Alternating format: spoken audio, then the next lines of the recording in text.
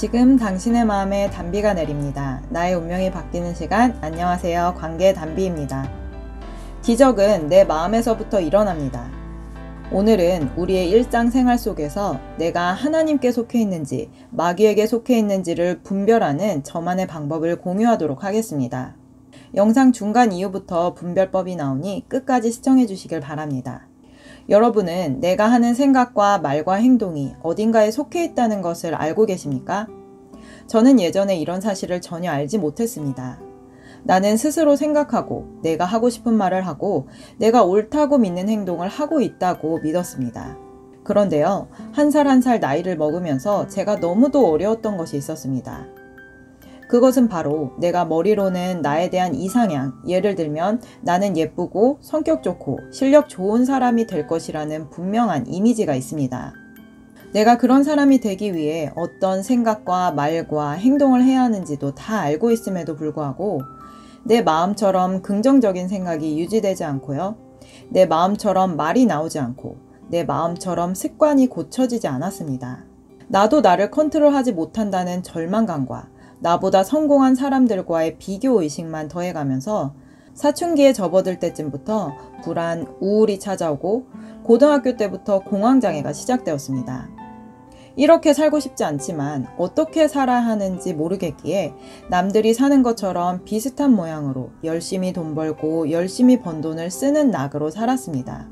하지만 당연히 내가 원하는 나의 모습을 살지 못하기에 내 삶에 만족이 없었습니다.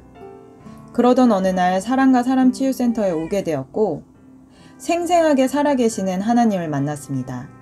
전지전능하신 하나님이시라면 나의 모든 문제를 해결해 주실 수 있겠다는 확신이 들었고 그 후 저는 내 인생을 온전히 하나님께 맡기기로 작정하였습니다. 그렇게 저는 난생 처음 주기도문을 배우고 주기도문만 외우며 기도하던 어느 날 성령 충만을 받아 방언이 터졌습니다. 그 후 목사님께서 가르쳐 주시는 축복 기도를 통해 거의 1년 만에 사람을 용서하고 예수님의 사랑으로 충만함을 받았습니다.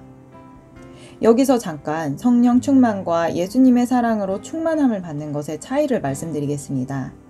진실한 회개 후 성령 충만을 받은 것은 예수 그리스도의 이름으로 모든 일을 행할 수 있는 권세를 받은 것입니다.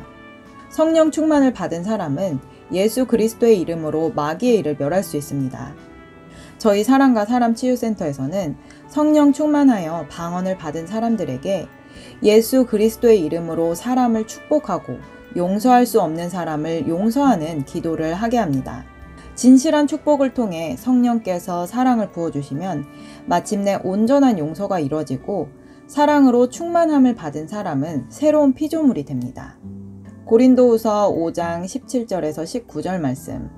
그런즉 누구든지 그리스도 안에 있으면 새로운 피조물이라. 이전 것은 지나갔으니 보라 새 것이 되었도다. 모든 것이 하나님께로 났나니 저가 그리스도로 말미암아 우리를 자기와 화목하게 하시고 또 우리에게 화목하게 하는 직책을 주셨으니 이는 하나님께서 그리스도 안에 계시사 세상을 자기와 화목하게 하시며 저희의 죄를 저희에게 돌리지 아니하시고 화목하게 하는 말씀을 우리에게 부탁하셨느니라. 예수 그리스도 안에서 새로운 피조물이 된 저는 말씀과 같이 그리스도인의 직책인 화목을 이루기 위해 노력하며 살았습니다. 그런데 어느 날부터 제게 주셨던 주님의 사랑이 점점 고갈되어 갔고 제 마음은 다시 황량하고 척박해져 갔습니다.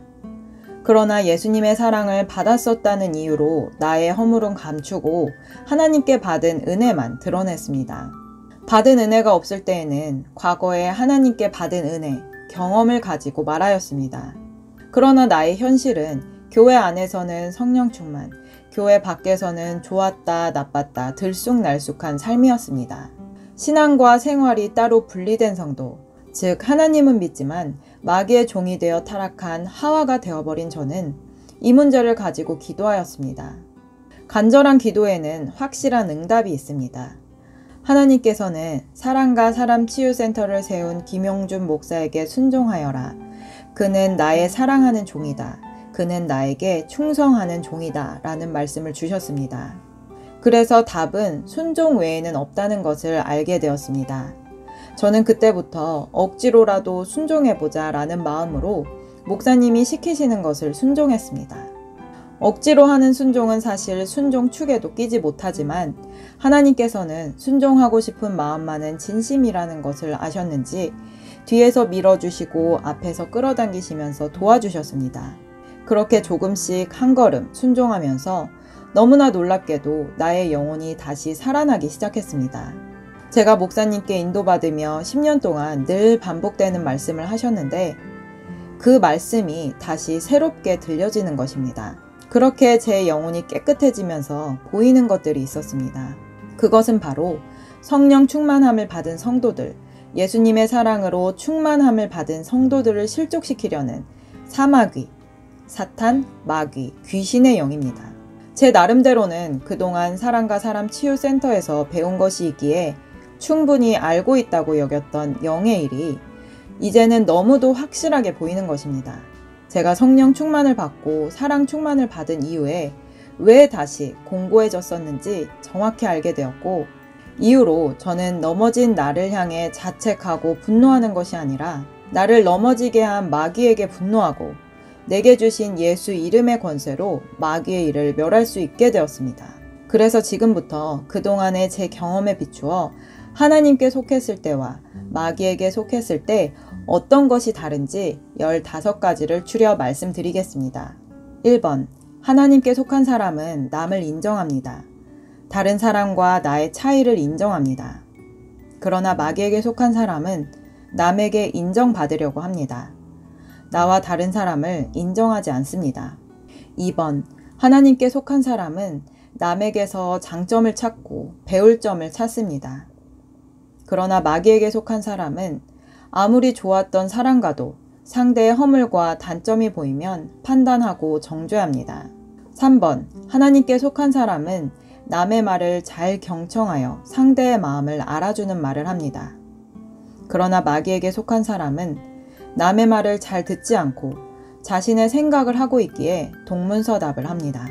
상대가 안 좋은 반응을 하면 왜 그러는지 이해하지 못하고 판단하고 미워합니다. 4번, 하나님께 속한 사람은 사람을 보면 일단 반갑고 기쁨이 생깁니다. 그러나 마귀에게 속한 사람은 사람을 보는 것이 귀찮고 부담스럽습니다. 5번, 하나님께 속한 사람은 잘못을 하면 양심의 가책을 느끼고 나의 잘못을 정직하게 시인합니다. 그러나 마귀에게 속한 사람은 양심의 가책은 느끼나 상대의 잘못이 더 크다고 믿기에 나의 잘못을 정직하게 시인하지 않습니다. 오히려 상대의 허물을 더욱 드러냅니다. 6번, 하나님께 속한 사람은 적절한 시간을 자고 아침에 일찍 일어납니다. 그러나 마귀에게 속한 사람은 잠을 자도 부족합니다. 내 몸이 잠을 이기지 못하여 잠의 노예가 되어 살아갑니다. 7번, 하나님께 속한 사람은 내 몸을 부지런히 움직입니다. 일할 수 있는 건강한 몸을 주신 하나님께 감사하며 기쁨으로 일합니다. 그러나 마귀에게 속한 사람은 몸을 움직이기 싫어합니다. 일하는 것이 곤욕입니다. 8번, 하나님께 속한 사람은 사랑하는 사람, 특별히 남편과 아내를 위해 자존심을 버릴 줄 압니다. 그러나 마귀에게 속한 사람은 자존심만 빼고 모든 것을 다 버립니다. 9번, 하나님께 속한 사람은 내게 주어진 돈이 하나님의 것임을 믿기에 기도하며 꼭 써야 할 곳에 돈을 씁니다. 그러나 마귀에게 속한 사람은 돈을 사랑합니다. 계산을 많이 합니다. 10번, 하나님께 속한 사람은 의학, 과학, 철학, 종교 등 세상의 모든 지식 위에 성경, 하나님 말씀이 있음을 믿습니다. 그러나 마귀에게 속한 사람은 의학, 과학, 철학, 종교 등 세상의 모든 지식 속에서 평생 진리를 찾아다닙니다. 그러나 자신이 믿었던 진리가 환경에 따라 변하고 세월에 따라 달라집니다. 11번, 하나님께 속한 사람은 하나님 말씀에 비추어 매 순간 나를 돌아보고 바꿔나갑니다. 그러나 마귀에게 속한 사람은 하나님 말씀을 남에게 비추어 시시때때로 사람을 판단하며 저 사람이 이 말씀을 듣고 회개해야 한다고 저주 아닌 저주를 합니다. 12번, 하나님께 속한 사람은 몸이 아프면 하나님께 먼저 기도합니다. 그러나 마귀에게 속한 사람은 몸이 아프면 먼저 병원의 의사에게 찾아갑니다. 13번. 하나님께 속한 사람은 사람을 미워했던 죄를 눈물로 회개합니다. 그러나 마귀에게 속한 사람은 사람에게 받은 상처로 평생 서러움의 눈물을 흘립니다. 14번. 하나님께 속한 사람은 죄 지은 사람이 아닌 죄를 짓게 한 마귀를 미워합니다. 예수 그리스도의 이름으로 사람을 용서함으로 마귀의 일을 멸합니다. 그러나 마귀에게 속한 사람은 문제의 원인인 영의 세계를 모르기에 죄 지은 사람을 악마라고 생각합니다. 그리하여 용서할 수 없는 아픔을 가지고 미움과 분노로 살아갑니다. 마지막 15번. 하나님께 속한 사람은 과거의 상처와 실패를 교훈 삼아 꿈을 이룹니다. 그러나 마귀에게 속한 사람은 과거의 상처와 실패에서 헤어나오지 못해 꿈을 잃어버렸습니다. 이 외에도 수많은 것들이 있지만 제가 경험한 것들 중 중요한 몇 가지만 추려보았습니다. 한 가지 주의할 점을 말씀드리자면 제가 말씀드린 이 분별법은 다른 사람에게 적용하지 마시고 오직 자기 자신에게만 적용하시기를 바랍니다. 심판은 오직 하나님의 것입니다.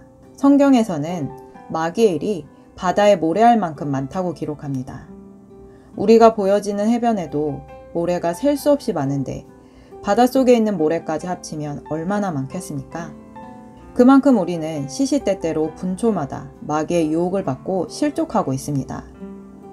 더 놀라운 것은 자신이 마귀의 유혹을 받고 넘어졌다는 사실도 전혀 모른 채 애꿎은 사람 탓, 환경 탓을 하고 있는 것입니다. 이 사망의 늪에서 우리가 어떻게 나올 수 있겠습니까?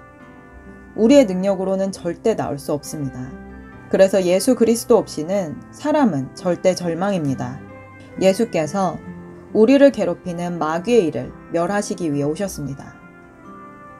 사람과 사람 치유센터에서는 선악으로 판단하는 마귀의 일을 멸하고 예수 그리스도를 통해 생명의 사랑을 받을 성도들을 모집합니다. 생명의 사랑을 받으면 태초의 아담과 하와 이래로 우리 모두가 잃어버린 하나님의 형상과 모양을 회복할 수 있습니다. 창세기 1장 2장에 태초에 하나님이 우리에게 주신 축복이 회복됩니다. 우리 가정이 에덴 동산이 되며 부부의 사랑 안에서 능력의 자녀들을 낳고 이 세상의 빛과 소금이 되어 살아갈 수 있습니다.